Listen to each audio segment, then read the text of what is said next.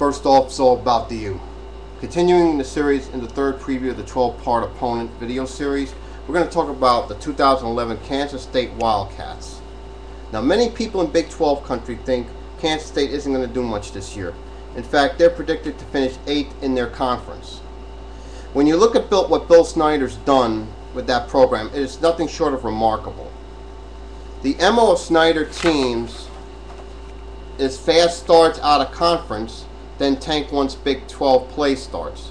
Take last year, for example. This team started 4-0 before getting a major dose of reality by Nebraska. From that point on, this team was mediocre at best.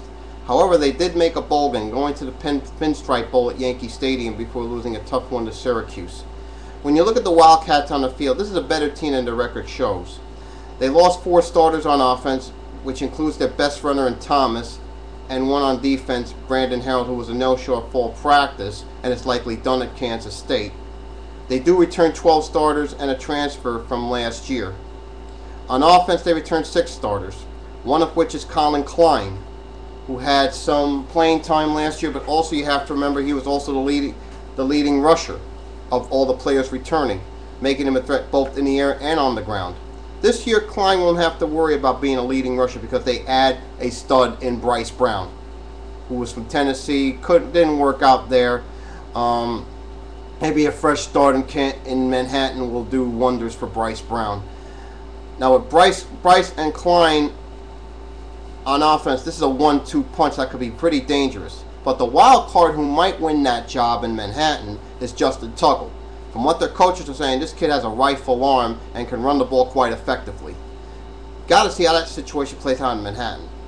Now, their receiving core is very weak. To emphasize that, in 2010, no other player in their receiving core gained more than 330 yards. Now, losing Quarles is going to hurt them. And they only returned 1 player from last year's core, and that's Chris Harper. Now, on the other line, they're so-so. They do return 2 seniors, Offner and Fochetti, but questions on that line remain very prevalent here. That center they start B.J. Finney, who's a redshirt freshman that was a walk-on last year, but he shows toughness that Snyder teams are known for. Defensively, let me put it to you this way. There's no other way to describe what I'm about to tell you about the 2010 Kansas State defense. They were just downright pathetic, especially against the run, where they surrendered almost 6 yards per carry, exactly 5.9 to be exact, and they allowed a nation's worst 3,008 rushing yards. This included 200 yards rushing in 8 of their final 10 games allowed. However, the good news is they returned 7 starters here. However, their more experienced players are more spread out. The strength looks like it will be at the secondary return of safeties Ty Zimmerman, Tyson Hartman, and corner David Garrett, who had 92 tackles last year, 15 tackles for loss, and 9 pass deflections. With those 3 players, Kansas State will try to make life hard on teams who pass. The linebackers and defensive ends will have to step up this year to help the secondary out. Now, they get former Hurricane Arthur Brown, who's a first-team All-Big 12, and he'll be one of those players that will finally need to step up. The coaches are in awe of this guy, and who wouldn't be? He was on the scout team last year, and this year he can be an impact player for them and strengthen the run defense, which, let's put it this way, last year was just downright awful. Okay. Now, when I look at the 2011 Wildcats, this team is going in the right direction with Snyder. However, he is 72 and in his 3rd year there in his 2nd tour of duty in Manhattan. Now, who knows how many more years he'll be there. But looking at his track record, he's been successful when few thought he would be.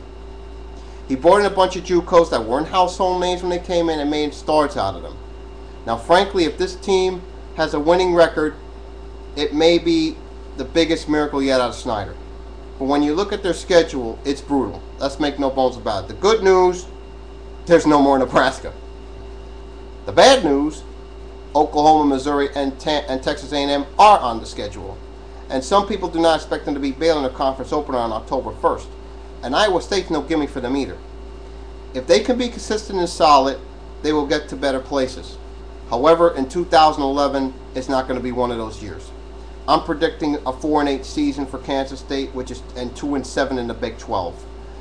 Tomorrow in part 4 of the 12-part video series, I will preview the Bethune-Cookman Wildcats. See you then. Bye for now.